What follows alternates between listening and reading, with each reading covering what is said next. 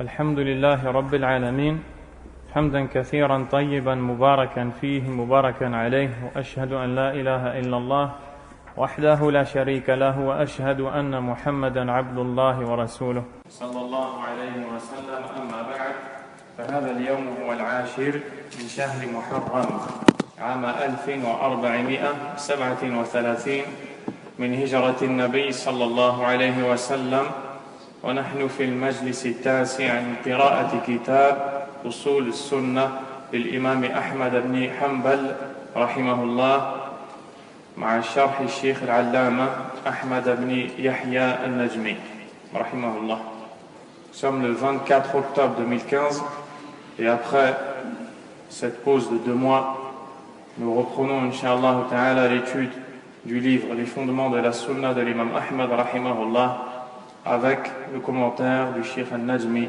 rahimahullah. La fois passée, nous nous sommes arrêtés sur une partie de ce livre où l'auteur, l'imam Ahmad rahimahullah, nous parle du fait qu'il fait partie des fondements de la Sunna dans la croyance, l'obligation d'avoir foi en la balance le jour du jugement dernier, sur lesquels seront pesées, comme nous l'avons vu, les actions des gens, tout comme seront pesées leurs paroles et aussi les gens eux-mêmes. Et nous l'avons démontré à la fois passée, et c'est ce sur quoi nous nous sommes arrêtés. Aujourd'hui, nous allons entrer dans ce que dit l'imam Ahmad rahimahullah: وأن الله تعالى يكلم العباد يوم القيامة ليس بينهم وبينه ترجمان والإيمان به والتصديق به والإيمان بالحوض وأن لرسول الله صلى الله عليه وسلم حوضا يوم القيامة ترد عليه أمته عرضه مثل طوله مسيرة شهر آنيته كعدد نجوم السماء على ما صحت به الأخبار من غير وجه. L'imam Ahmad rahimahullah ta'ala nous parle de l'obligation de croire que le jour dernier, le jour de la résurrection, Allah subhanahu wa ta'ala parlera à ses serviteurs. Et c'est d'ailleurs la raison pour laquelle Al-Sheikh al-Najmi rahimahullah, dans son commentaire, a titré ce passage en disant Taklimullah li'ibadihi yawm al-qiyamah wal-imanu bil-hawd. Allah parlera à ses serviteurs le jour de la résurrection, et nous avons aussi l'obligation d'avoir foi au bassin. Nous allons en parler, Inch'Allah.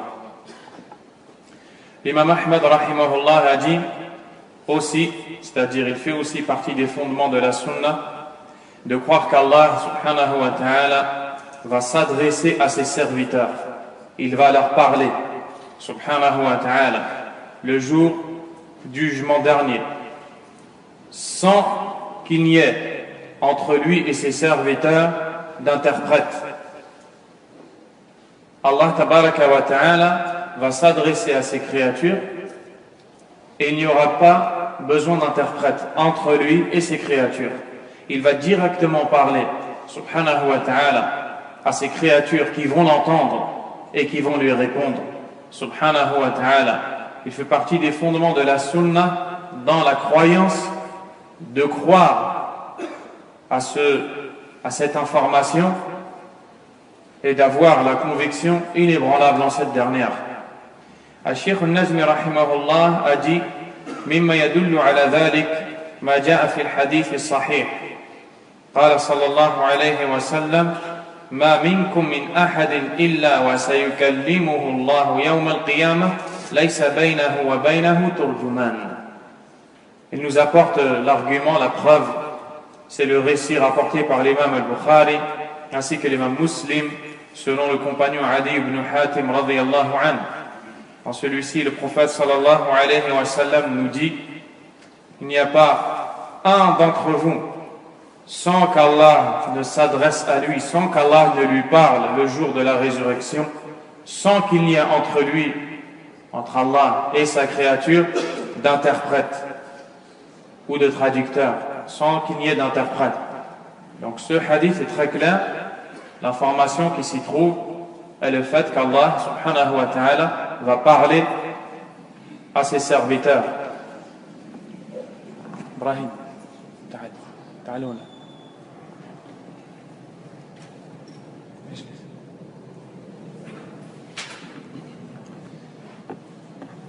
Il fait partie des attributs d'Allah subhanahu wa ta'ala de croire qu'il est qualifié par la parole. Allah parle subhanahu wa ta'ala. C'est un attribut d'Allah et nul n'a le droit de le renier. Et ceci a été renié par certains parmi les innovateurs. Mais nous ici, nous voyons les preuves qu'Allah parle subhanahu wa ta'ala. Il y en a plusieurs en réalité dans le Coran et dans la Sunna. Parmi les preuves que l'on retrouve dans le Coran, le verset de Surat Ali Imran, le verset 77. Allah subhanahu wa ta'ala dit: Ulaika la khalaqa lahum fil akhirah wa la yukallimuhumullah wa la yanzuru ilayhim yawm al-qiyamati wa la yuzakkihim wa lahum adhabun alim. En parlant de ceux qu'il va châtier le jour dernier, selon le sens rapproché du verset, Allah subhanahu wa ta'ala nous dit: ceux-là n'auront aucune part dans l'au-delà, c'est-à-dire ils n'auront aucune hasanat, ils n'auront aucune part le jour où ils rencontreront Allah. Allah ne leur parlera pas et ne les regardera pas le jour dernier ou le jour de la résurrection. Il ne les purifie pas et ils auront un châtiment douloureux. Où est-ce que tu prends qu'Allah Azza wa Jal a cet attribut, sifatul kalam, l'attribut de la parole, dans ce que tu viens d'entendre? Comment est-ce que tu comprends qu'Allah parle, subhanahu wa ta'ala? Il ne leur parlera pas. Ça veut dire que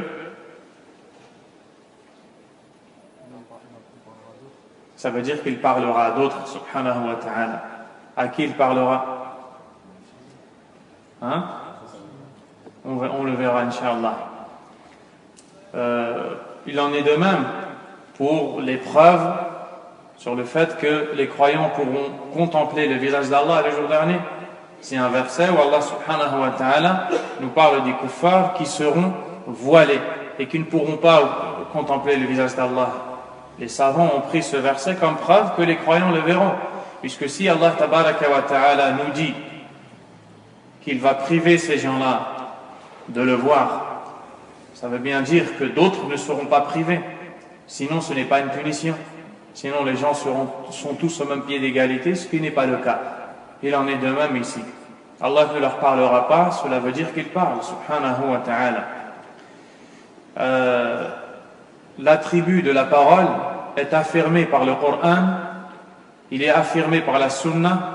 Vous venez d'entendre un hadith, en réalité il y en a plusieurs. Il est également affirmé par le consensus. Et on a déjà vu que les preuves qui sont considérées en tant que telles chez les gens de la Sunna, ce sont les textes du Coran, de la Sunna et du consensus.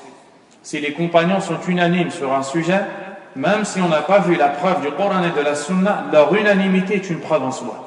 Parce qu'ils ne peuvent être unanimes que sur une chose qui a une preuve du Coran et de la Sunna. Walhamdulillah. Par exemple, Allah Azza wa Jal nous cite aussi qu'il a parlé à ses prophètes. Dans Surat Al-Baqarah, Tilka ar-rusulu faddalna ba'dahum ala ba'd. Ceux-ci sont les messagers. Nous en avons favorisé certains à d'autres. Puis qu'est-ce qu'il dit? Wa minhum man kallama Allah. Il y a parmi eux certains à qui Allah a parlé, subhanahu wa ta'ala. Qui sont-ils? Adam, Moussa alayhi salam, Muhammad sallallahu alayhi wa sallam.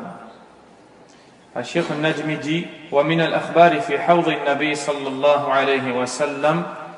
Donc maintenant il va passer à la deuxième partie que je vais vous traduire. L'imam Ahmad a dit fait également partie de la foi de croire au bassin. Qu'est-ce que le bassin? Est-ce que vous allez entendre, incha'Allah? De croire que le messager d'Allah sallallahu alayhi wa sallam a un bassin qui lui sera donné le jour de la résurrection et vers lequel viendront les gens de sa communauté, dont la largeur et la longueur sont de taille égale. Et cette taille est la distance d'un mois de marche. Les récipients utilisés sont au nombre des étoiles dans le ciel. Les récipients que les croyants vont utiliser pour pouvoir boire de ce bassin sont au nombre des étoiles dans le ciel, comme nous l'indiquent les textes relatés. Parmi ce qui est rapporté, ce que nous relate l'imam al-Bukhari rahimahullah, ma rawahu al-Bukhari an jama'atin min as-sahaba minhum Abu Huraira wa Asma'u bint Abi Bakr wa ghayruhuma wa kulluha تفيد أن للنبي صلى الله عليه وسلم حوضا يرد عليه فيه المؤمنون ويذاد عنه أهل الفجور من أمته. L'imam al-Bukhari rahimahullah rapporte selon Abu Huraira, selon Asma, la fille d'Abu Bakr radiyallahu anhuma, et d'autres parmi les compagnons, des récits du prophète sallallahu alayhi wa sallam qui nous montrent que les croyants viendront boire de ce bassin qui sera donné au prophète sallallahu alayhi wa sallam, mais que les gens pervers de cette communauté seront expulsés et ils seront privés de boire de ce bassin. Al-Sheikh al-Najmi va citer d'ailleurs un hadith et dit وَمِنْ ذَلِكَ قَوْلُ النَّبِيِّ صلى الله عليه وسلم لَيَرِدَنَّ عَلَيَّ أَقْوَامٌ حَتَّى إِذَا أَهْوَيْتُ لِأُنَاوِلَهُمْ خرج رجل بيني وبينهم فقال هلم فأقول إلى أين فيقول إلى النار والله فأقول إنه من أصحابي فيقال إنك لا تدري ما أحدث بعدك. سبحان الله. Hadith est rapporté par l'imam al-Bukhari et Muslim selon Abdullah ibn Mas'ud radiyallahu anhuma. Il est plus long, mais dans ce hadith le prophète alayhi salatu wassalam fait allusion à son bassin. Donc c'est un bassin où il y a de l'eau et dans lequel les croyants viendront pour boire. Après avoir bu de ce bassin, ils ne connaîtront plus la soif. Ils ne connaîtront plus la soif. Ce bassin est plus blanc que le lait et plus doux que le miel. Ça, c'est ce qui est rapporté dans les hadiths qui s'y rapportent. Le jour dernier, tout le monde aura besoin de cette boisson, mais tout le monde ne va pas en boire. Les croyants viendront, ils pourront en boire, et d'autres parmi les gens viendront, ils s'approcheront du prophète sallallahu alayhi wa sallam. Le prophète alayhi salatu wa sallam va se préparer pour leur offrir à boire, pensant qu'ils sont les gens de sa communauté qui lui ont été fidèles et qui l'ont suivi. Mais soudainement, un homme viendra et appellera ces personnes-là et leur dira « Venez ». Le prophète sallallahu alayhi wa sallam leur dira « Où allez-vous » L'homme répondra « Par Allah dans le feu ». Wal'iyadhu billah. Allahu musta'an. Le prophète alayhi salatu wa sallam, pris par l'étonnement, dira « Innahum min ashabi » Ils sont mes compagnons, ils font partie de mes compagnons. Et on lui dira alors, tu ne sais pas ce qu'ils ont innové après toi. Et dans ce récit du prophète alayhi salatu wa salam, il y a une mise en garde des plus terribles contre l'innovation, contre le fait d'adorer Allah tabaraka wa ta'ala ou de vouloir œuvrer dans la religion avec ce qui n'a été légiféré ni par Allah azza wa jal, ni par le prophète sallallahu alayhi wa sallam. L'innovation est quelque chose de très grave chez Allah subhanahu wa ta'ala. C'est la raison pour laquelle le prophète sallallahu alayhi wa sallam, à chaque fois qu'il prononce un discours, que ce soit à l'occasion de la prière du vendredi ou à d'autres occasions, il commence par ce fameux discours connu sous le nom de Khutbatul Haja, le discours du besoin, dans lequel il répète sans cesse Amma ba'd fa inna asdaqa al-kalam kitabullah, la parole la plus véridique est le livre d'Allah, wa khayra al-hadi hadi Muhammadin sallallahu alayhi wa sallam, la meilleure des guidées est celle du prophète Muhammad alayhi salatu wa salam, wa sharra al-umuri muhdathatuha, et les pires des choses sont les choses inventées, wa kulla muhdathatin bid'ah, toute chose inventée est une innovation, wa kulla bid'atin dalala, et toute innovation est un égarement, wa kulla dalalatin fi an-nar, et tout égarement est dans le feu. Les musulmans qui veulent plaire à Allah subhanahu wa ta'ala et au prophète et suivre la sunna du prophète Muhammad sallallahu alayhi wa sallam doivent détester les innovations, ils doivent les abandonner quiconque qui fait quelque chose qui n'est pas conforme à la guidée du prophète Mohammed alayhi salatu wassalam, si il est sincère dans son amour pour Mohammed sallallahu alayhi wa sallam, doit délaisser les innovations et ne doit pas dire c'est quelque chose de petit, ce n'est pas quelque chose de grave, c'est juste simplement une façon de faire le tasbih. C'est juste un petit collier avec quelques perles pour dire subhanallah, alhamdulillah. Si c'est juste ça, pourquoi ton prophète ne l'a pas fait alayhi salatu wassalam? C'est juste pour se remémorer sa naissance. Si c'est juste pour ça, pourquoi le prophète ne l'a pas fait sallallahu alayhi wa sallam? Juste 40 jours et 3 mois pour organiser le prêche et la da'wah. Si c'était juste ça, pourquoi ton prophète ne l'a pas fait sallallahu alayhi wa sallam? C'est juste une assise pour apprendre le Coran ou pour réciter en groupe pour avoir la baraka d'Allah. Si c'était juste ça, pourquoi le prophète ne l'a pas fait sallallahu alayhi wa sallam? Pourquoi faire quelque chose qui n'est pas dans le livre d'Allah Azza wa Jal, qui n'est pas dans la sunna du prophète alayhi salatu wassalam? Lorsque Abdullah ibn Mas'ud radiyallahu anhu, le plus connaisseur des compagnons du prophète dans les causes de révélation des versets du Coran, sallallahu alayhi wa sallam, le prophète alayhi salatu wassalam, a vu des gens, après qu'il fut interpellé par Abu Musa al-Ash'ari radiyallahu anhu, qui étaient assis dans la mosquée du prophète alayhi salatu wassalam, en train d'évoquer Allah, et leur chef disait dites 100 fois subhanallah, dites 100 fois la ilaha illallah, et il lançait des pierres pour compter. Abdullah ibn Mas'ud a dit à Abu Musa, pourquoi ne les as-tu pas blâmés, pourquoi ne les as-tu pas réprimandés? Abu Musa a agi comme le croyant qui s'arrête à ses connaissances. Il dit je ne connais pas le jugement de ce qu'il faisait. Ibn Mas'ud radiyallahu anhu lui dit viens, allons. Ils sont allés à la mosquée et ont vu ces gens. Il leur dit que faites-vous? Et eux de répondre nous sommes là à glorifier Allah, à proclamer sa grandeur, à dire la ilaha illallah et à compter en lançant un caillou à chaque fois qu'on dit subhanallah. Abdullah ibn Mas'ud, est-ce qu'il leur a dit vous évoquez Allah, c'est quelque chose de très bien?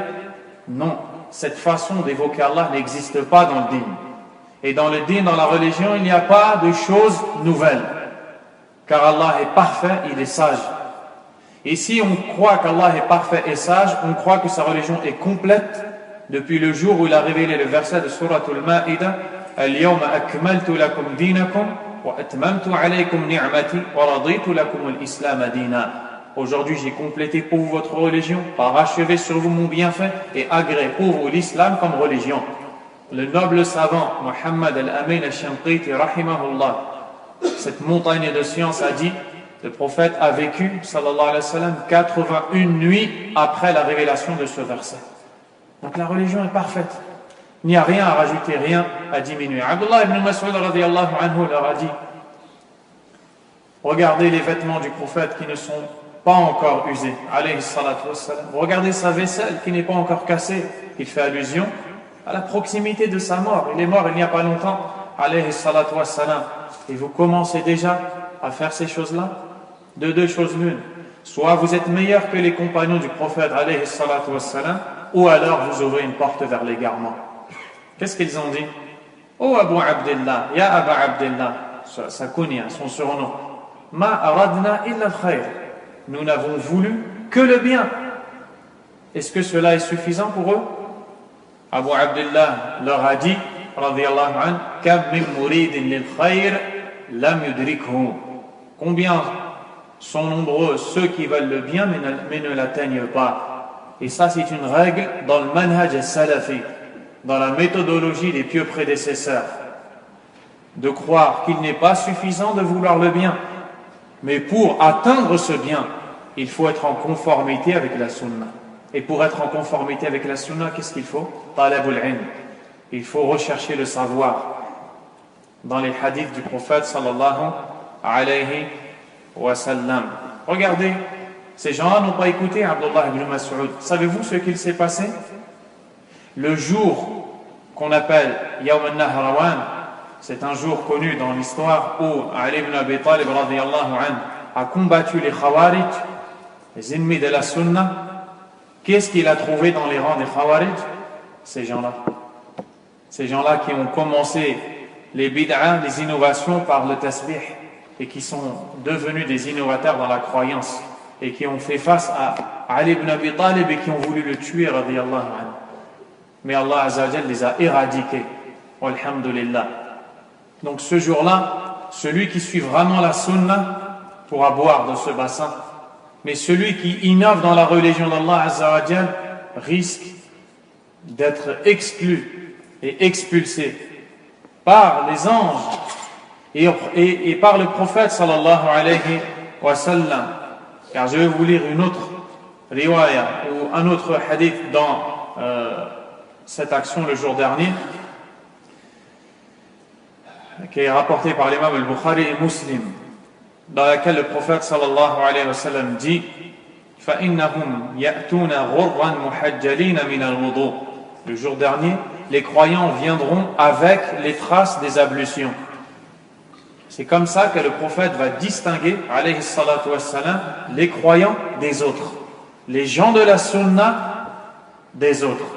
Ils viendront, je retire, les croyants des autres. Pour la deuxième, Allahu a'lam. Ils viendront avec les traces blanches dans les parties où ils ont fait leurs ablutions, le visage, les mains, les bras, les pieds. Ils s'approcheront. Le prophète alayhi salatu wassalam dit wa ana faratuhum ala al-hawd ay mutaqaddimuhum, et je les devancerai dans le bassin, c'est-à-dire qu'il nous attendra insha'Allah ta'ala wa nas'alullah min fadlih. On implore Allah de nous accorder sa grâce. Ala la yudhadanna rijalun an hawdi, n'est-ce pas que des gens seront expulsés de mon bassin, kama yudhadu al-ba'ir ad-dal, comme est éloigné le chameau qui s'est perdu. Regardez l'image qu'il fait, alayhi salatu wassalam. Imaginez-vous être dans un désert, il y a un troupeau, et voici qu'un chameau s'égare. Il chemine seul. C'est de la même façon que des gens seront expulsés du bassin du prophète, sallallahu alayhi wa sallam. Unadihim ala halumma. Le prophète les interpellera. Venez donc, approchez-vous. Et alors les anges lui diront, ils ont innové après toi, ils ont changé après toi, ils ont changé la pratique après toi. Le prophète sallallahu alayhi wa sallam se mettra alors en colère et il dira et leur dira, éloignez-vous, allez-vous-en, allez-vous-en. Subhanallah. Et ce jour-là, l'innovateur qui avait été conseillé dans ce bas monde et qui a rencontré des gens de la sunna qui lui disaient crains Allah, ne suis pas ce chemin, corrige-toi, qu'est-ce qu'il pourra dire? Qu'est-ce qu'il va dire devant Allah tabaraka wa ta'ala? Il va dire j'ai suivi mon village, j'ai suivi mon père, ma mère, mes ancêtres, j'ai suivi Cheikh un tel parmi les égarés, j'ai suivi le frère un tel parmi les égarés. C'est ça qu'il dira à Allah subhanahu wa ta'ala. Allah tabaraka wa ta'ala nous a créés pour l'adorer. Et cette adoration nous a été enseignée par son prophète sallallahu alayhi wa sallam. Celui qui puise ses enseignements de sa sunna et les met en pratique pourra boire ce jour-là. Et celui qui s'y refuse a refusé de boire le jour dernier. Wal'iyadhu billah. Qu'Allah tabaraka wa ta'ala nous en préserve. قال الإمام أحمد رحمه الله والإيمان بعذاب القبر. L'imam Ahmad rahimahullah ta'ala a dit, fait également partie des fondements de la sunna, la foi au supplice de la tombe. Il y a le supplice de la tombe, tout comme il y a les délices de la tombe. Donc le jour où les gens seront enterrés, dès à présent d'ailleurs, les gens qui sont enterrés sont soit châtiés ou alors ils sont favorisés par Allah dans les délices de la tombe. قال الإمام النجمي رحمه الله عذاب القبر أو نعيمه شيء لا يعلمه إلا الله. Al-Sheikh al-Najmi a dit, le supplice ou le délice de la tombe sont des choses qui ne sont connues que d'Allah subhanahu wa ta'ala, c'est-à-dire que ce sont des choses de l'invisible, des choses qu'on ne peut pas voir, mais auxquelles on doit croire à partir du moment où il y a un texte du Coran ou de la Sunna et du consensus. يتألم منه الميت أو يتنعم. Le défunt recevra les supplices, sera châtié ou sera dans les délices. فعذاب القبر ونعيمه قد ثبت بنصوص متعددة تبلغ حد التواتر. Les textes sont très nombreux dans le Coran et dans la Sunna.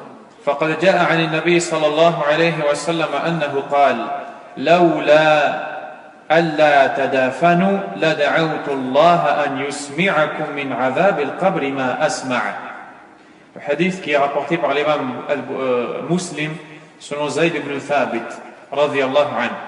Le prophète sallallahu alayhi wa sallam dit dans ce récit, et je ne vous cache pas que j'ai eu du mal à le comprendre jusqu'à avant le dars, où grâce à Allah Azza wa Jal, je suis tombé sur un audio de l'imam al-Albani rahimahullah qui a donné une explication très claire. Et c'est seulement depuis ce moment-là que j'ai bien compris ce hadith. Alhamdulillah. Donc, dans ce hadith, le prophète sallallahu alayhi wa sallam dit, et je vais vous le traduire directement avec l'explication, il dit à ses compagnons radiyallahu ta'ala anhum que si ils n'avaient pas ressenti la crainte que les gens ne puissent plus jamais s'enterrer les uns les autres, ils auraient invoqué Allah pour qu'il fasse écouter aux hommes ce que lui entend des supplices de la tombe. Je vais vous l'expliquer. On comprend déjà que le prophète sallallahu alayhi wa sallam entend. Allah lui a fait entendre des supplices de la tombe sallallahu alayhi wa sallam. Deuxièmement, Cheikh Al-Albani rahimahullah a expliqué ce hadith et a dit, c'est-à-dire que si on l'écoute, si on l'entendait, comme dans un autre hadith, si l'homme l'entendait, il serait foudroyé, on tomberait mort. Donc si tous les gens entendaient, tout le monde tomberait mort. On serait tous morts au sol et on ne pourrait pas s'enterrer parce qu'on est tous morts. Vous avez compris? Donc, par crainte que cette chose arrive, à savoir que tous les hommes entendent les supplices de la tombe et en tombent au sol foudroyés et donc morts, et par la suite ne puissent plus s'enterrer les uns les autres car ils sont tous morts, le prophète alayhi salatu wa sallam n'a pas demandé à Allah tabaraka wa ta'ala de faire entendre à ses compagnons et aux gens ce que lui a pu entendre des supplices de la tombe. C'est donc aussi une preuve que les gens dans leur tombe sont châtiés, ou des gens dans leur tombe sont châtiés. وفي الصحيحين أن النبي صلى الله عليه وسلم مر بقبرين. Dans les deux recueils, Al-Bukhari et Muslim, le prophète sallallahu alayhi wa sallam est passé près de deux tombes. فقال إنهما لا يعذبان وما يعذبان في كبير أما أحدهما فكان يمشي بالنميمة وأما الآخر فكان لا يتنزه من البول ثم دعا بغصن شجرة أخضر وغرس على كل قبر واحدة ثم قال لعله يخفف عنهما ما لم ييبسا. Dans le récit, le prophète alayhi salatu wa salam est passé près de deux tombes et a dit à ses compagnons radiyallahu anhum, voici deux hommes qui sont actuellement châtiés dans leur tombe pour une chose qui ne semble pas grande. Et dans une autre version, il rajoute aussi qu'elle est grande. C'est-à-dire que les deux hommes qui étaient châtiés dans cette tombe ont fait des péchés qui leur ont fait mériter ce châtiment qui leur semblait à leurs yeux minime et qui n'était pas grave pour eux. Et le prophète alayhi salatu wa sallam a dit dans notre version authentique du hadith aussi qu'elle est grande, aussi que cette chose qu'ils ont faite est grande. Puis il décrit amma ahaduhuma fakana yamshi bin namima. Quant à l'un d'entre eux, il circulait auprès des gens avec le colportage, an-namima. Et an-namima, le colportage,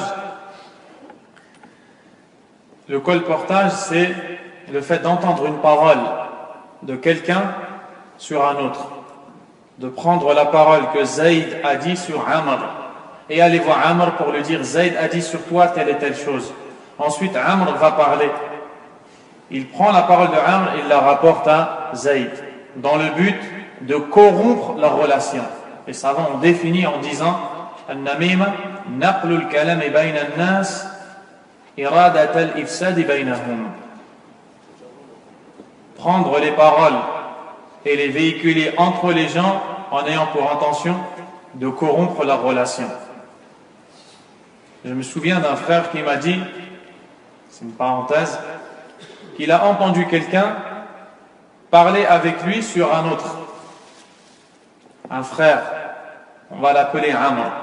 Amr rencontre Zayd. Zayd parle à Amr sur Ubayd.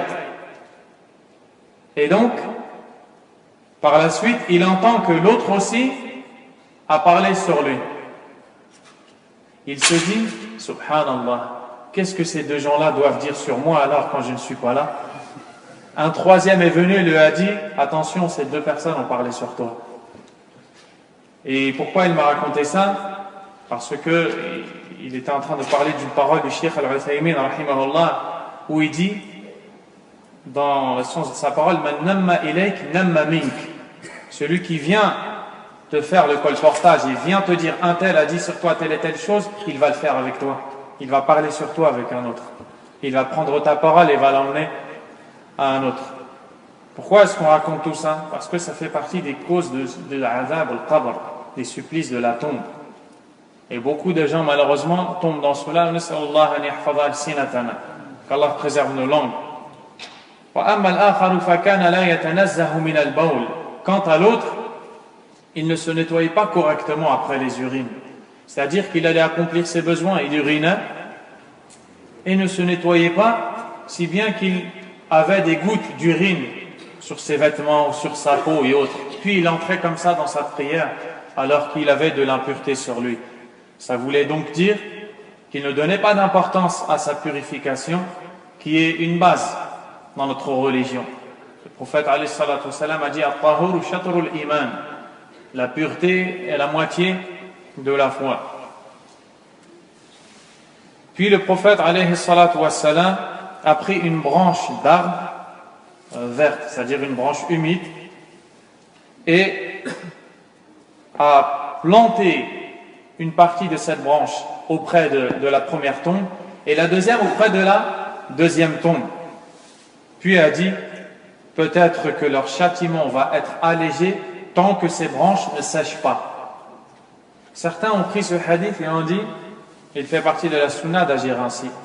C'est la raison pour laquelle tu vois des gens qui visitent les tombes, mettent un bol d'eau ou bien mettent des plantes, ils font pousser des plantes sur la tombe, ou ils plantent au sol des branches d'arbres. Tout ceci n'est que innovation et n'a rien à voir avec la sunna. Pourquoi? Les savants l'ont expliqué, notamment le Cheikh Sulayman al-Ruhayli hafidahullah, savant de Médine, qui a expliqué ce récit et qui a dit, premièrement, c'est une spécificité du prophète sallallahu alayhi wa sallam, min khasa'is an-nabi sallallahu alayhi wa sallam, car Allah lui a fait entendre leur châtiment. Mais toi, quand tu visites un mort, est-ce que tu sais s'il est châtié? Tu ne le sais pas. Donc tu ne peux pas faire ça, car ça, peut-être qu'il n'est pas châtié. Deuxièmement, c'est une intercession qu'Allah a accordée au prophète alayhi salatu wassalam. Donc, tu ne peux pas le faire. Et celui qui agit ainsi, c'est une innovation, même s'il pense suivre ce hadith. قال النجمي رحمه الله وفي حديث البراء بن عازب ما يدل على ذلك. Également le hadith connu, hadith rapporté par al-Bara ibn Azib, le noble compagnon radiyallahu anhu, dans lequel le prophète sallallahu alayhi wa sallam nous détaille et nous décrit tout ce qu'il adviendra du défunt du moment de la séparation de l'âme et du corps jusqu'à la résurrection, et notamment les supplices de la tombe ou l'interrogatoire dans la tombe dont on va parler incha'Allah. وكذلك في نعيم القبر ما ورد عن أهل البرزخ أن أرواحهم تكون في حواصل طير خضر تسرح في الجنة وتأوي إلى قناديل معلقة بالعرش إلى غير ذلك من الأدلة الدالة على نعيم القبر وعذابه. وقد زعم قوم بأن عذاب القبر لا يتصور حيث لا تتصوره عقولهم فهم يقولون لو بحثنا عن أحد من المقبورين لوجدنا عظامه بالية ولم نجد شيئا من علامات النعيم أو العذاب وهذا رأي المعتزلة ومن قال بقولهم في عصرنا الحاضر كجماعة التحرير. Cheikh Najmi rahimahullah a cité des preuves des supplices de la tombe et des délices de la tombe plutôt. Dans un hadith rapporté par Muslim, le prophète sallallahu alayhi wa sallam nous parle de ceux parmi les âmes des martyrs qui seront comme ils seront dans les gosiers d'oiseaux verts et ils circuleront comme ils le voudront au paradis.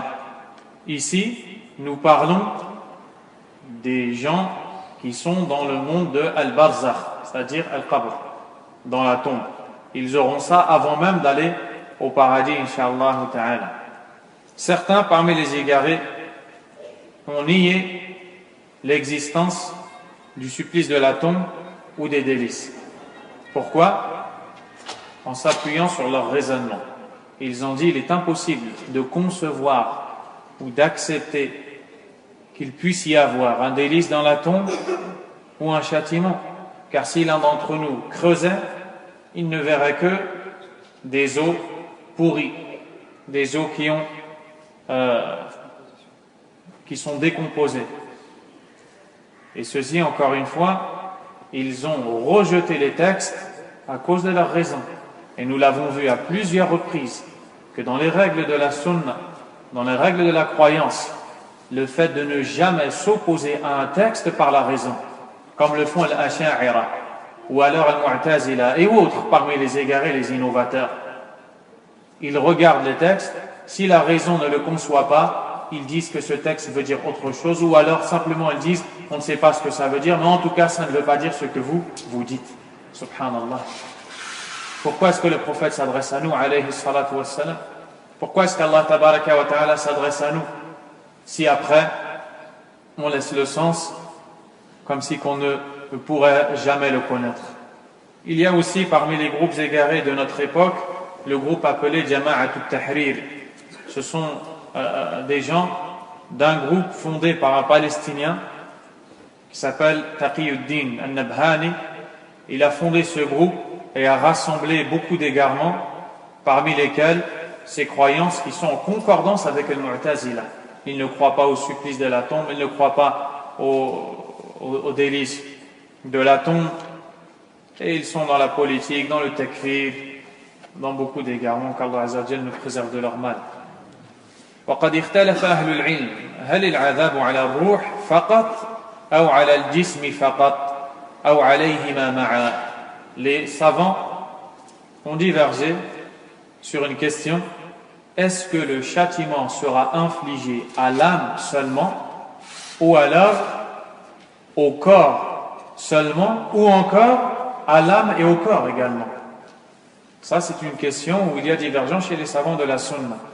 Al-Sheikh al-Najmi rahimahullah a dit: wal-aqrabu ila as-sawab anna al-'adhab wal-na'im yakunani 'ala ar-ruh wal-jasad.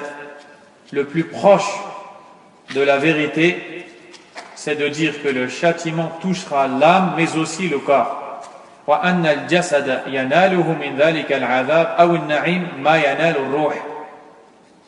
Touchera au corps ou le corps ce qui touchera l'âme, que ce soit le châtiment ou le délice. Le Cheikh Ubayd al-Jabiri hafidhahullah ta'ala nous dit: wajibul muslimi nahwa hadhihi al-akhbari amran. L'obligation qui incombe aux musulmans devant ce genre d'informations, ce sont deux choses. Premièrement, التصديق والتسليم على ظاهرها وأنها حق على حقيقة. Premièrement, nous devons y croire, s'y soumettre et prendre ces textes dans leur sens apparent et croire que c'est une réalité en soi. On ne doit pas dire c'est quelque chose d'autre qui est voulu. On prend le texte comme il apparaît.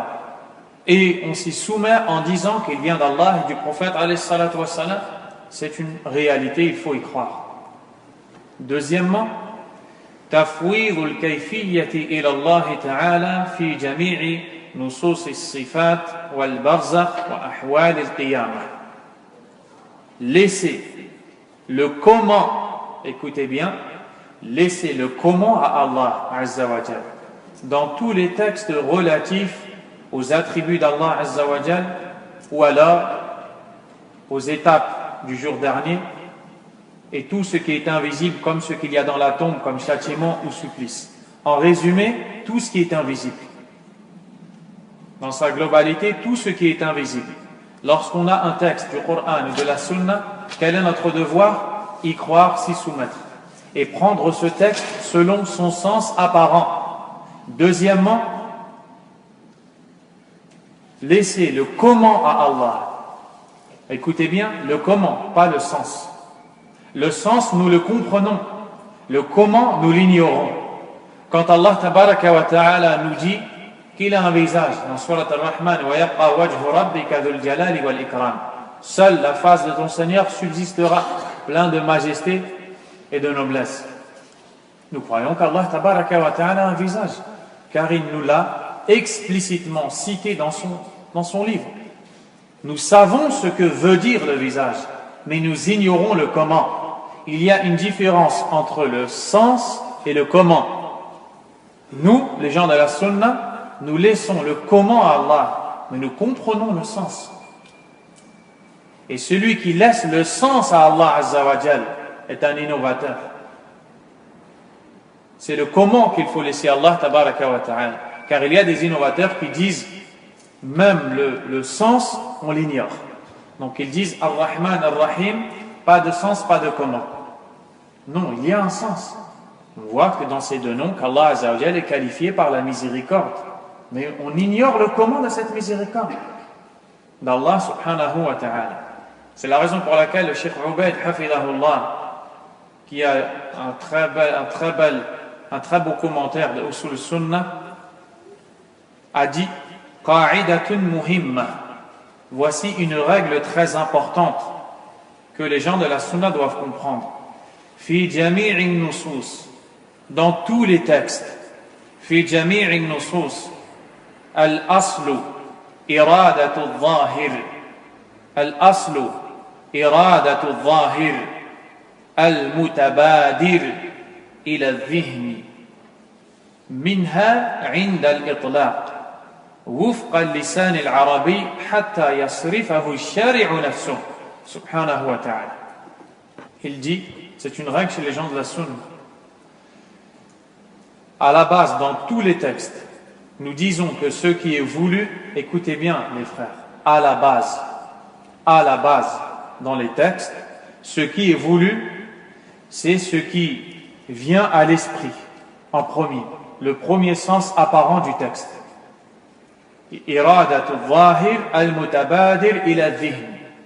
À la base, ce qui est voulu par les textes, c'est ce qui vient à l'esprit, ce qui apparaît du texte. Quand le texte est cité de façon absolue, en concordance avec la langue arabe. Par exemple, vous avez un attribut d'Allah Azza wa Jal qui nous est cité par exemple par le prophète sallallahu alayhi wa sallam. Le fait qu'Allah Azza wa Jal va être vu par les croyants. Tout comme on voit la pleine lune. Nous appliquons cette règle dans ce texte et nous disons ce qui est voulu de ces textes, c'est ce qui apparaît. Qu'est-ce qui apparaît? Tout comme on arrive à voir la lune, on arrivera à voir Allah le jour dernier. Subhanahu wa ta'ala. Et ça, c'est ce qui est en concordance avec la langue arabe. La langue arabe utilisée dans ce récit nous indique ce en quoi nous avons cru. Jusqu'à ce qu'Allah lui-même ou le prophète sallallahu alayhi wa sallam fasse sortir le texte de son sens apparent. Comment? Avec un autre texte. Tu peux donc avoir un texte qui a un sens global ou qui a un sens absolu et retrouver un autre texte qui va expliciter le premier. À partir de là, on applique le deuxième texte, qui est venu nous préciser, nous expliciter le premier. Qu'est-ce que ça veut dire? Qu'on ne sort jamais un texte de son sens apparent avec notre raison. Ou alors parce qu'un tel a dit ou un tel a dit parmi les gens de l'égarement et de l'innovation. Non. Mais plutôt, on le laisse dans son sens apparent tant qu'il n'y a pas d'autre texte qui le fait sortir de son sens apparent. Si c'est le cas dans un verset, alors on y croit. Ou dans un hadith qui est authentique. Car si le hadith est faible, on ne le prend pas en compte. Est-ce que c'est clair? C'est très important dans l'aqida. Barakallahu fikum. L'imam Ahmed rahimahullah dit وأن هذه الأمة تفتن في قبورها وتسأل عن الإيمان والإسلام ومن ربه ومن نبيه ويأتيه منكر ونكير كيف شاء الله عز وجل وكيف أراد والإيمان به والتصديق به. L'imam Ahmed rahimahullah nous dit également le fait que la communauté, les gens de la communauté seront testés dans leur tombe, éprouvés. Et les gens seront interrogés sur la foi, l'islam. On leur dira qui est ton Seigneur, qui est ton prophète. Et viendra à chacun des gens enterrés 2 anges qui sont appelés Munkar et Nakir. Ils viendront comme Allah l'a décidé. Regardez, ici Ahmed rahimahullah, le grand imam, applique cette règle que vous venez d'entendre tout de suite. Tout de suite, il dit Kayfa sha'a Allah azza wa jal wa kayfa arad. Comme Allah le voudra et selon sa volonté, subhanahu wa ta'ala. Ici, l'imam Ahmed nous dit, nous prenons le texte dans son sens apparent comme il est venu et nous disons, comme le prophète l'a dit, alayhi salatu wassalam, ces 2 anges viendront interroger comme Allah le veut, subhanahu wa ta'ala. Wal imanu bihi wa tasdiqu bih. Nous devons y croire, avoir foi et être convaincu en la véracité de ces informations. L'imam al-Najmi rahimahullah a dit سؤال منكر ونكير ثبت في حديث البراء بن عازب وغيره. L'interrogatoire effectué par les 2 anges appelés Munkar et Nakir est affirmé dans le hadith de al-Bara ibn Azib, hadith qui est authentique. وأن العبد إذا مات ودفن في قبره يأتيه ملكان. Le fait que lorsque l'un d'entre nous mourra, les anges viendront à lui, ils seront au nombre de 2. أحدهما يقال له منكر والآخر نكير. L'un d'entre eux est appelé Munkar et l'autre Nakir. Je vais vous résumer. Et ces 2 anges l'interrogeront. Ils le mettront en position assise. Ils l'interrogeront pour lui dire Man rabbuk wa ma dinuk wa ma hadha ar-rajul alladhi bu'itha fikum. Qui est ton Seigneur? Quelle est ta religion? Et qui est cet homme qui vous a été envoyé? Et c'est là que les gens se diviseront en 2. Ceux qui seront raffermis par Allah subhanahu wa ta'ala et ceux qui seront privés de la bonne réponse, car dans ce bas monde, ils se sont privés du suivi de cette aqidah qui est la clé du secours et du salut le jour de cet interrogatoire. Le croyant dira Rabbi Allah wal islamu dini wa Muhammadun sallallahu alayhi wa sallam nabiyyi. Mon Seigneur est Allah, l'islam est ma religion et Muhammad est mon prophète. Et alors les anges lui diront Na'am, Nam, qad alimna in kunta la mu'mina. À présent, dors, c'est-à-dire repose-toi. Nous savons que tu étais un vrai croyant. Et on lui ouvrira les portes de l'enfer. Et on lui dira regarde la demeure où tu as failli vivre si tu avais désobéi à Allah dans ce bas monde. Puis on fermera cette porte et on ouvrira celle du paradis pour lui dire regarde celle que tu as gagnée par ton obéissance à Allah et celle où tu entreras demain, Inch'Allah. Tellement pressé d'y rentrer ou d'y entrer, il dira Rabbi aqimis sa'a, Rabbi aqimis sa'a, ô mon Seigneur, fais sonner l'heure, c'est-à-dire fais que le jugement arrive pour que je puisse regagner cette demeure. Quant au mécréant et l'hypocrite, quand on lui posera ces questions, il dira la adri, hélas, j'ignore, je ne sais pas. Sami'tu an-nas yaquluna shay'an faqultu. J'entendais simplement des gens répéter une chose que je répétais aussi. Mais ceci ne lui sera d'aucune utilité. Puis, il sera frappé avec une massue avec laquelle, si on avait frappé les montagnes, elles se seraient fondues en poussière. Vous entendez? Ceci est la réalité. On le frappera avec une massue, un énorme marteau, ce n'est qu'un nom, mais la réalité de la chose c'est totalement différent. On le frappera avec une massue, avec laquelle, si on avait frappé les montagnes, elles seraient fondues en poussière. Il se mettra à hurler, il poussera un cri et un hurlement sans pareil.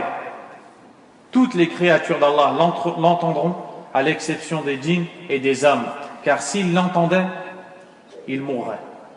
Ils seraient tous foudroyés. C'est pour ça que le prophète alayhi salatu wassalam n'a pas invoqué Allah pour qu'il fasse à ses compagnons entendre les châtiments de ces gens.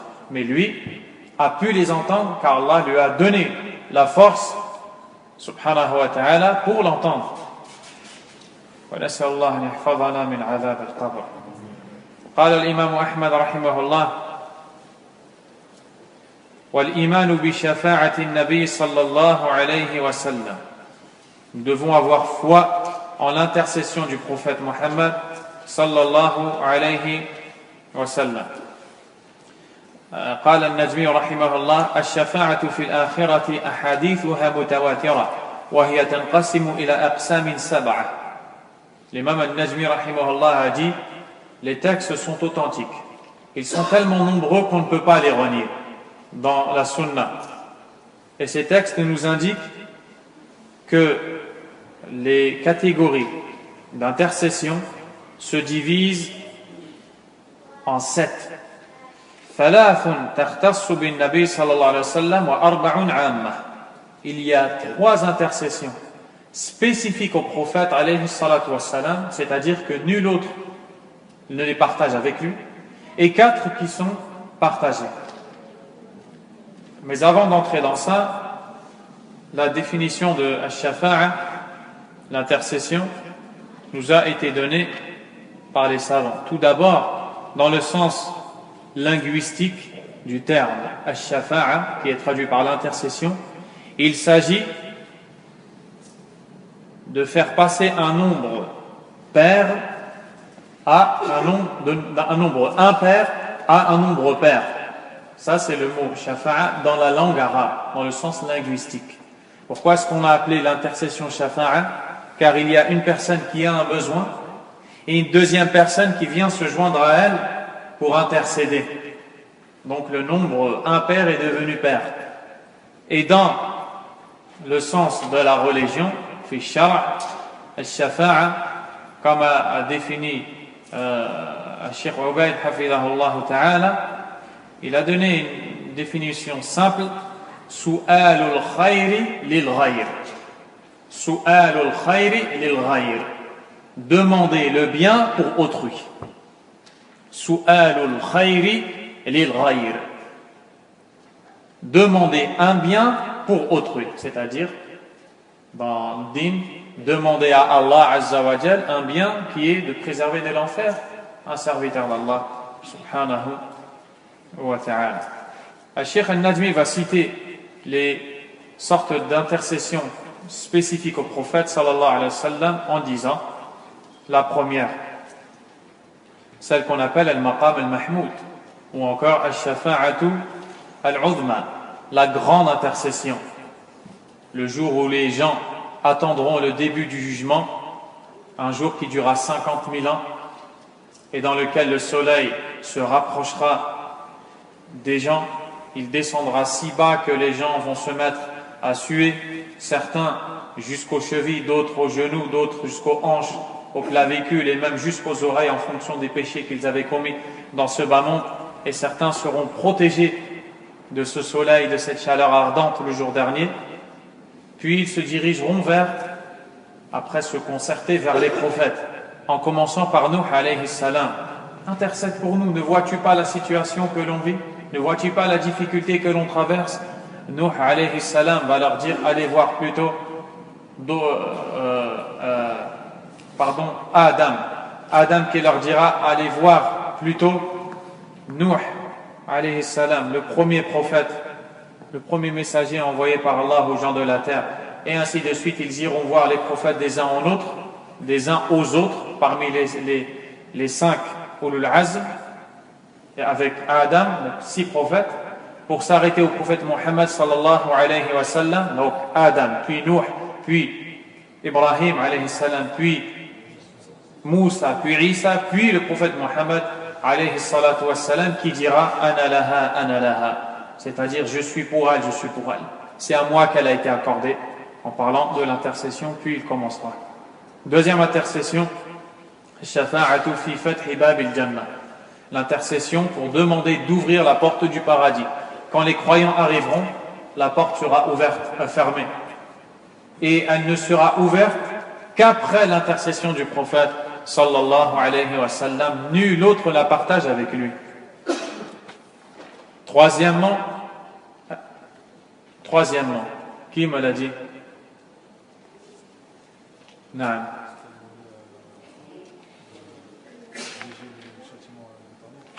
L'intercession du prophète sallallahu alayhi wa sallam pour son oncle paternel Abu Talib, qu'il sorte de l'enfer, pour alléger son châtiment. Pour alléger son châtiment. Et ceci est spécifique au prophète sallallahu alayhi wa sallam. Il n'y a aucune intercession pour un kafir, pour un mécréant, à part le prophète alayhi salatu wa sallam, pour Abu Talib, pour alléger son châtiment. Sallallahu alayhi wa sallam. Pourquoi est-ce qu'Allah va l'accepter pour Abu Talib alors qu'il est kafir, mushrik? Pourquoi? Parce qu'il a aidé le prophète sallallahu alayhi wa sallam dans sa da'wa et ne lui a pas fait de mal. Il a aidé la da'wa à se propager.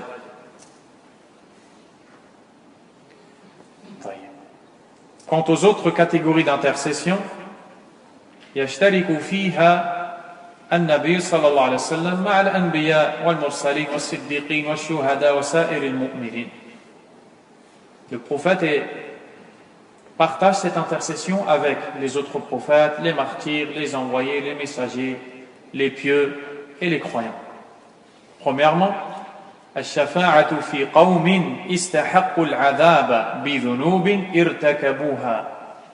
L'intercession pour un peuple ayant mérité le feu afin qu'il n'y entre pas. Pour un peuple ayant mérité le feu à cause de ses péchés afin qu'il n'y entre pas. فَيُشْفَعُ فِيهِمْ أَلَّا يُعَذَّبُوا.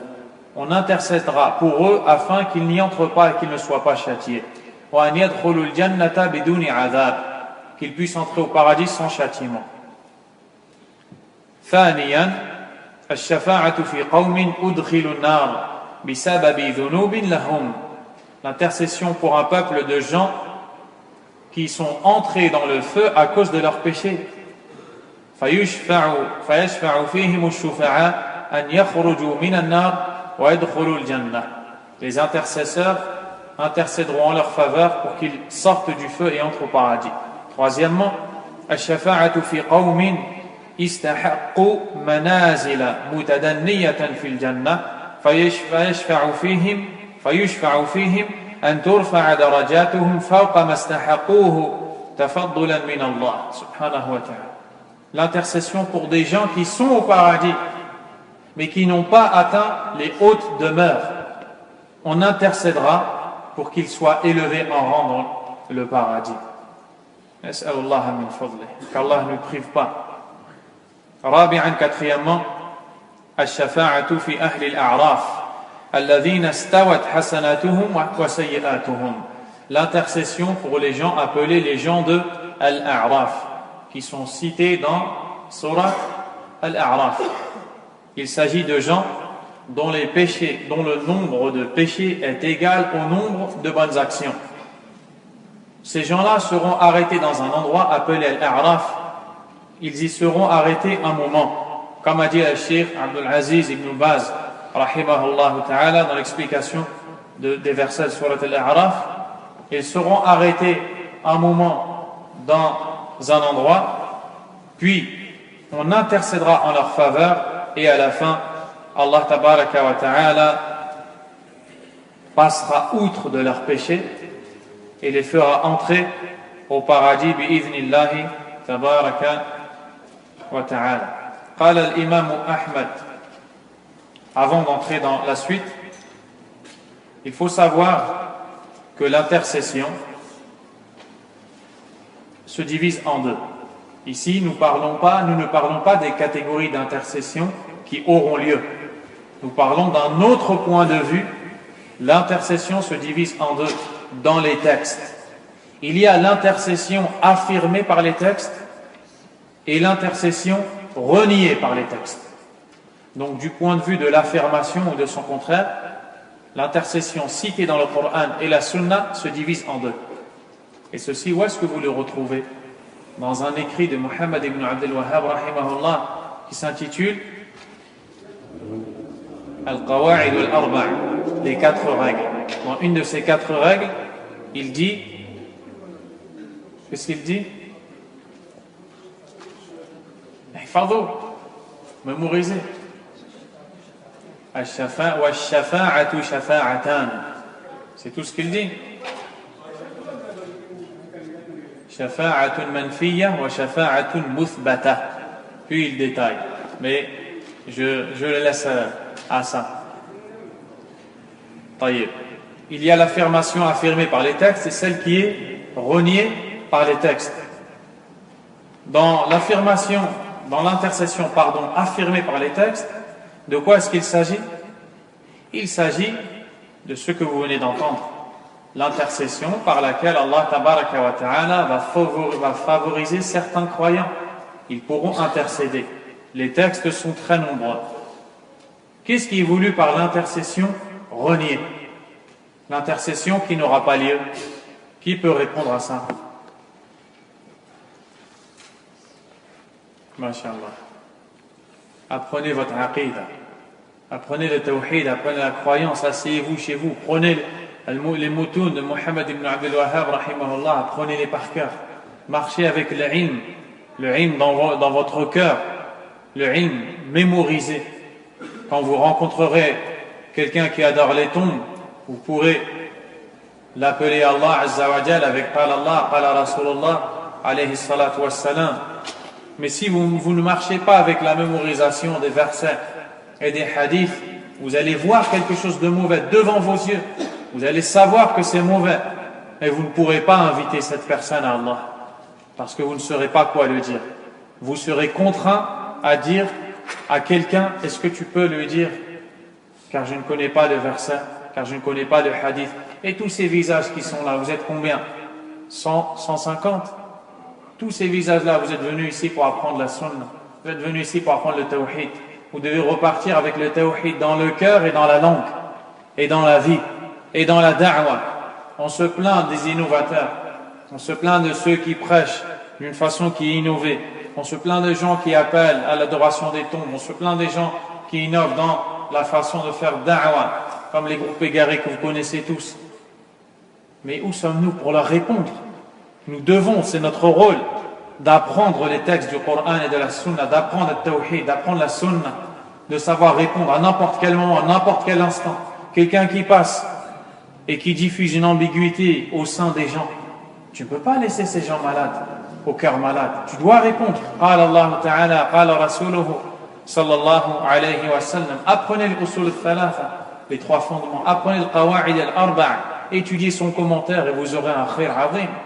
Le savant Muhammad Amal al-Jami, rahimahullah, un des imams dans l'aqidah de cette époque, comme a dit Cheikh Rabi' hafidhahullah, a dit: je suis convaincu que si un talib ilm, écoutez bien, un étudiant en sciences mémorise al-usul al-thalatha, les 3 fondements, et comprend leur sens, voyage en Afrique pour faire la da'wah dans un village, il sera comme Cheikh al-Islam ibn Taymiyyah dans ce pays-là, dans ce village-là. Subhanallah, l'usul al-thalatha, baraka, qala Allah, qala Rasulullah. Encouragez-vous, faites-vous un programme pour apprendre. Ne venez pas juste pour écouter et repartir et laisser. Non, apprenez. Apprenez, mémorisez. Un salafi, il doit être différent des gens. Le salafi, il est différent des autres. Parce qu'il est salafi, parce qu'il a la croyance du prophète Mohammed sallallahu alayhi wa sallam, parce qu'il est accroché au texte, il aime les textes, il aime le Coran, il aime la sunna, Il aime la compréhension des pieux prédécesseurs. Il connaît les salafs. Ce n'est pas que dans la parole, dans ses actes, dans sa science, dans sa da'wa. Et là, tu pourras faire un grand khair. Imaginez-vous tous ici, vous êtes une centaine. Vous avez tous par cœur Al-Usul al-Thalatha, Al-Qawa'id al-Arba' avec le commentaire. Et chacun, l'été, va rentrer dans son pays. Ou va aller dans un endroit. Et chacun va appeler Allah, tabaraka wa ta'ala. Vous allez être les ambassadeurs du prophète Mohammed, alayhi salatu wassalam. Vous allez être des vrais salafis avec la science. Vous allez répondre aux innovations. Vous allez chasser le mal, chasser le shirk. C'est ça qui est voulu de nous. On ne veut pas simplement passer le temps à lire, à écrire, et à la fin, toujours pareil, toujours au même niveau. Des années qui passent, il n'a pas appris l'arabe. Des années qui passent, il n'a pas appris le Coran. Des années qui passent, il n'a toujours pas appris le sens de l'Fatiha. Subhanallah. Soufia. Et tous les groupes égarés. Il y a parmi eux des gens qui connaissent le Coran par cœur. C'est inutile pour eux, parce qu'ils sont dans le shirk et dans la bid'a. Pareil pour les Ikhwan, pareil pour Tablir, pareil pour tous ces groupes. Nous, Ahlus Sunnah, nous sommes plus à même de suivre les textes, de les apprendre. Cette parenthèse avait toute son importance et je suis le premier concerné. Je ne dis pas et je ne pense pas et je ne crois pas, et Allah me connaît mieux que vous, que je suis un exemple dans cela. C'est un rappel qui m'est profitable en premier, et à vous, Inch'Allah ta'ala. L'intercession qui est niée par Allah dans le Coran, c'est l'intercession qu'on a demandée à autre qu'Allah. Celle où il y a du shirk. Donc, ceux qui se dirigent vers les tombes et demandent aux morts d'intercéder pour eux à Allah tabaraka wa ta'ala, ils seront privés de l'intercession d'Allah, de l'intercession des pieux le jour du jugement dernier. Et c'est de cela qu'Allah subhanahu wa ta'ala nous parle lorsqu'il nous dit Ya ayyuhalladhina amanu anfiqu mimma razaqnakum. Ô vous qui avez eu la foi, dépensez de la subsistance que nous vous avons octroyée. Min qabli an ya'tiya yawmun la bay'un fihi wa la khullatun wa la shafa'a wal kafiruna humuz zalimun. Avant que ne vienne un jour où il n'y aura nulle vente, nul commerce, nulle amitié et nulle intercession. Et les mécréants sont les injustes. Ici, Allah a nié l'intercession, subhanahu wa ta'ala. Dans l'autre verset, Allah dit فَمَا تَنْفَعُهُمْ شَفَاعَةُ الشَّافِعِينَ. Ne leur sera d'aucune utilité l'intercession des intercesseurs.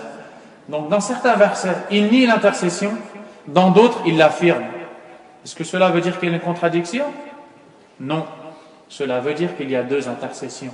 Celle qui est affirmée, celle qui est reniée, niée par Allah dans le Coran. Donc, ce n'est pas toute intercession qui va être effective le jour dernier. Celle que les soufis demandent aux morts et aux soi-disant saints, aux pieux, ils n'auront rien le jour de la résurrection quand ils rencontreront Allah tabaraka wa ta'ala. À partir de là, nous devons savoir qu'est-ce que l'intercession affirmée. L'intercession affirmée est celle qui réunit deux conditions. Al-idhn wal-rida, c'est-à-dire l'autorisation d'Allah Azza wa Jal et l'agrément d'Allah pour celui pour qui on veut intercéder.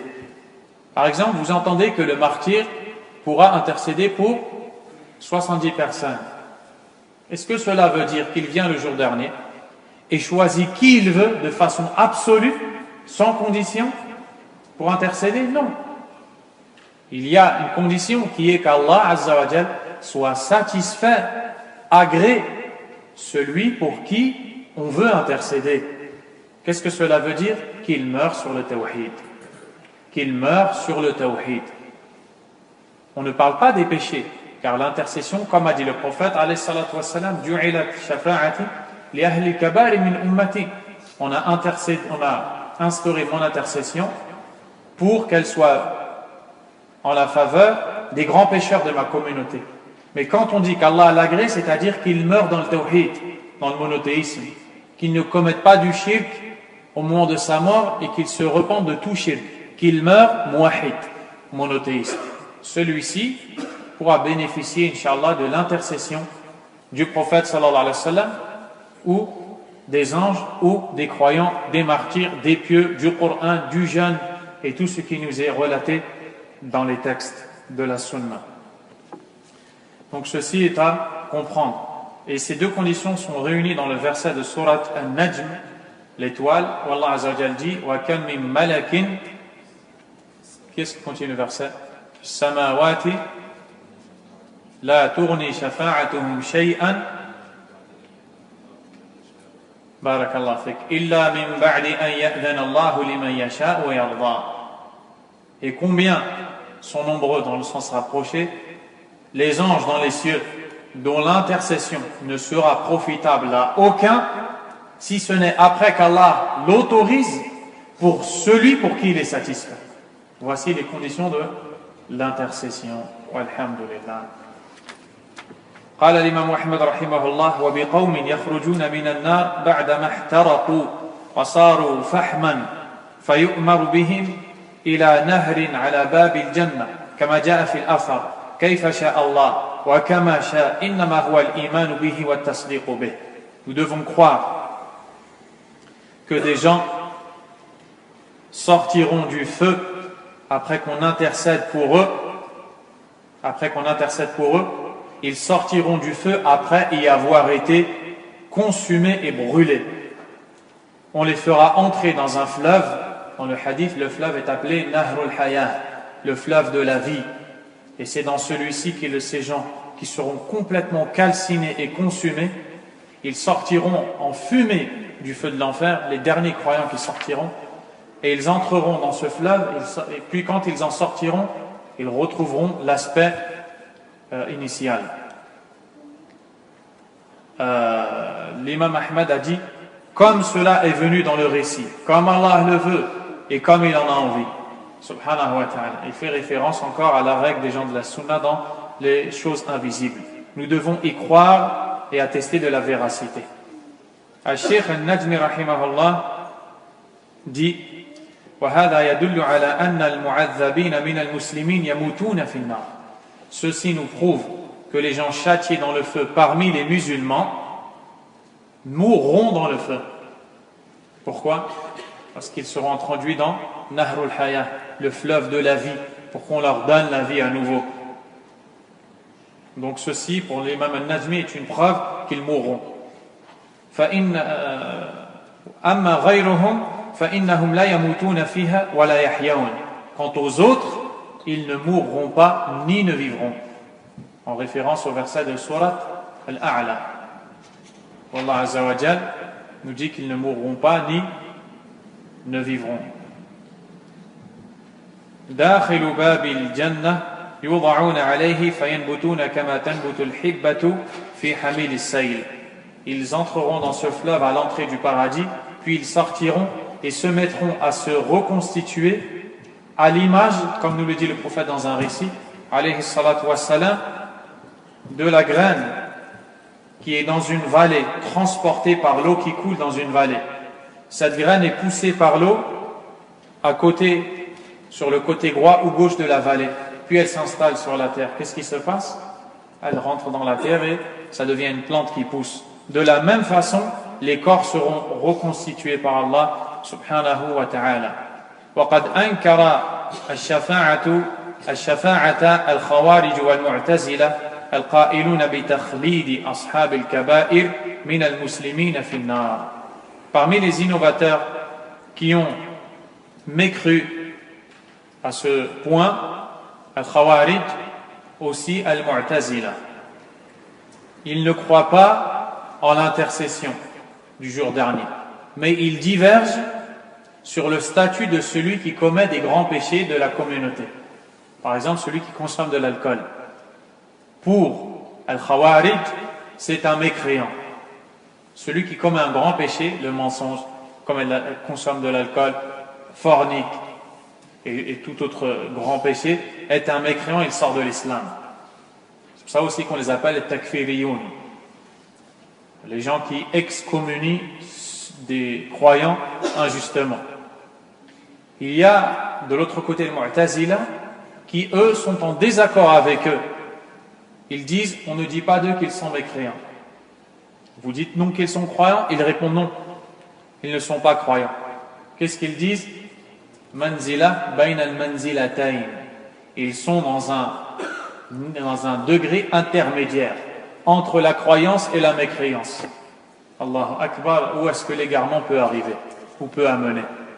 Qui sont les premiers à avoir dit ça? Ceux qui étaient présents à l'assise de Hassan al-Basri, rahimahullah. Quand Hassan s'est mis à parler des grands pécheurs de la communauté, il y a Wasi ibn Ata qui a dit que les grands pécheurs de la communauté ne sont ni croyants ni mécréants, ils sont dans un degré intermédiaire. C'est là que le Hassan l'a immédiatement exclu de son assise et on les a appelés al-Mu'tazila, ceux qui se sont isolés. Ils se sont isolés de l'assise du grand savant al-Hassan, rahimahullah. Par contre, ils sont en accord pour renier la shafa'a. Pour renier la shafa'a, wal-'iyadhu billah. On s'arrête ici, Inch'Allah, et la semaine prochaine, on parlera de la sortie du Masih al-Dajjal. Et ce dernier chapitre est connu chez les gens de la Sunna sous le nom de Khurujul Muwahhidin min an-nar, la sortie des monothéistes du feu. Les monothéistes, il y a parmi eux al-fussaq, les pervers, les pécheurs. S'ils méritent le feu, si Allah décide de les faire entrer au feu, ils sortiront inévitablement du feu de l'enfer de par le tawhid qu'ils ont dans leur cœur. Et leur devenir sera l'entrée au paradis, insha'Allah ta'ala. Wallahu a'lam, wa sallallahu wa sallam, wa baraka ala nabiyyina Muhammadin wa ala alihi wa sahbihi ajma'in. Subhanakallahumma wa bihamdik. أشهد أن لا إله إلا أنت أستغفرك وأتوب إليك